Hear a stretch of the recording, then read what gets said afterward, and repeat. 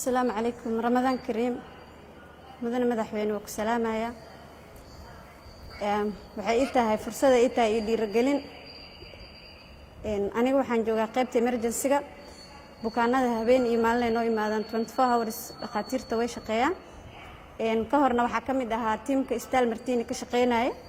markii arintan covid dhacdana waxaan kamid noqday covid response team maxaa lahaa isbitaalada ambalaasyada aan u dirnaa way nala soo xiriiraan bukaanada ay noo keenaan as emergency ahaan aan u qaabilnaa meesha ku monitor gareynaa qaarkii u baahan ICU u gudbinaa qaarkii kale tan waxa u gudbinaa inpatient Ramadan Kareem wadana madaxweyne waxaan aad iyo aad kaaga mahad celinaynaa dhiirigelinta oo aad inoo sameynaysid xilligan adag magacaygu waa Dr. Axmed Maxamed Bashiir waxaana joogaa qaybta oo inpatient-ka ama bukaanada jiifa oo qaybtan guud ahaan waxaa jirta maanta oo aan kula hadlayo 24 bukaan 17 ka mid ah waxay leeyihiin comorbidity wax loo yaqaan ama xanuuno kale ay la joogaan oo micnaheedu yahay 70% bukaanada jiifa waxay qabaan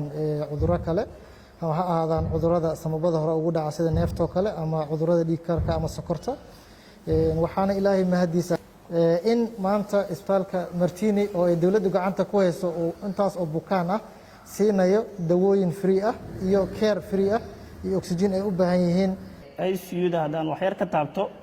mashiino nagu filan waa haysanaa haddeer capacity iyadoo loo fiirinayo ICU-da capacity-geeda iyo mashiinada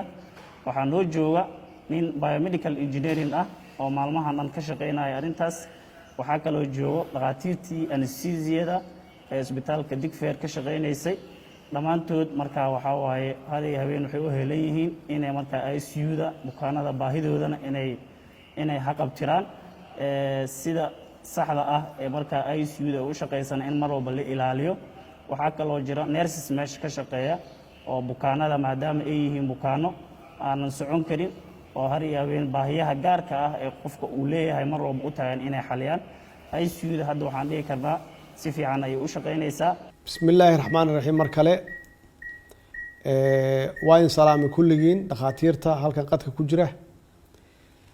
waa idin mahad celinayaa runtii sida halyeynimada leh daacadnimada ay ku jirto aada ugu soo jeedaan habeen iyo maalin sidii aada dadkiina u taakulayn lahaydeen aqoontiina aada uga faa'iideyn lahaydeen gacan u siin lahaydeen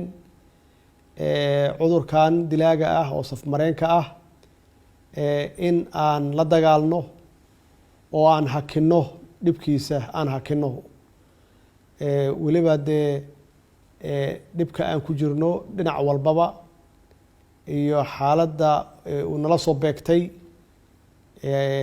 oo diyaar garow la-aanta ah maxaa yeelay wadamadii waaweynaa ilaah baa awoodda lahaa dhaqaale ahaan iyo dhinac walbaba iyo aqoonba yaa la tacaalila marka inaad idinku u bareertaan oo u soo jeedaan oo reerkiina iyo qoysaskiina iyo bulshadiiba aad ka go-doontaan si aad sacrifice ugu samaysaan shacabkiina iyo dadkiina bukaanka ah ee Soomaaliyeed oo tawaalaysan horta ilaahay ajar idinka siiyo runtiina waxaa haysaan wax u dhigma ciidamada habeenkii dhufeysada ku jira oo cadowga runtii horarka ah oo ummadda Soomaaliyeed muddada dheer dhibka ku hayay hor fadhiya oo kaneecada iyo roobka iyo qoraxda oo hor fadhiya oo si ay ummadooda u difaacaan cadowgaas ay uga difaacaan marka idinkuna runtii front line-kaad ku jirtaan inuusan cudurkan ummadeena uusan halakeenin ciddii idiin timaada oo cisbitaalka timaada aada siisaan kaalmadii iyo wixii aad u qaban kartaan oo daawo ah iyo tusaale iyo talaba runtii aada iyo aad yaan idinkaga mahad celinayaa waa ku ammaanan tihiin waa idinkugu hambalyeynayaa maxaa yeelay riskigeeda leedahay saad sheegteen waa cudur aan la garanaynin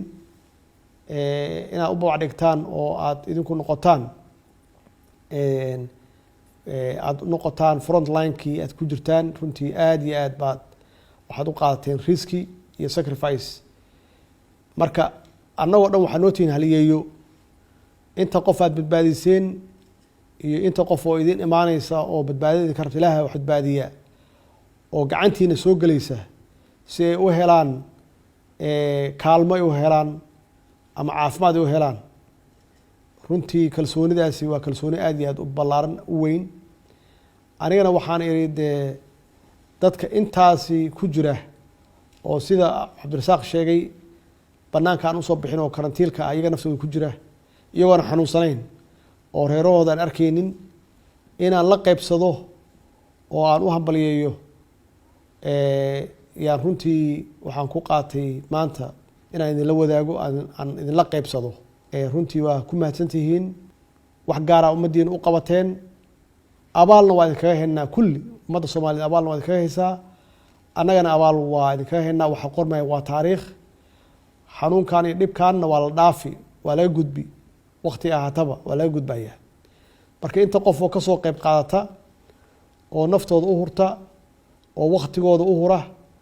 runtii waa ka duwanaanayaan dadka kale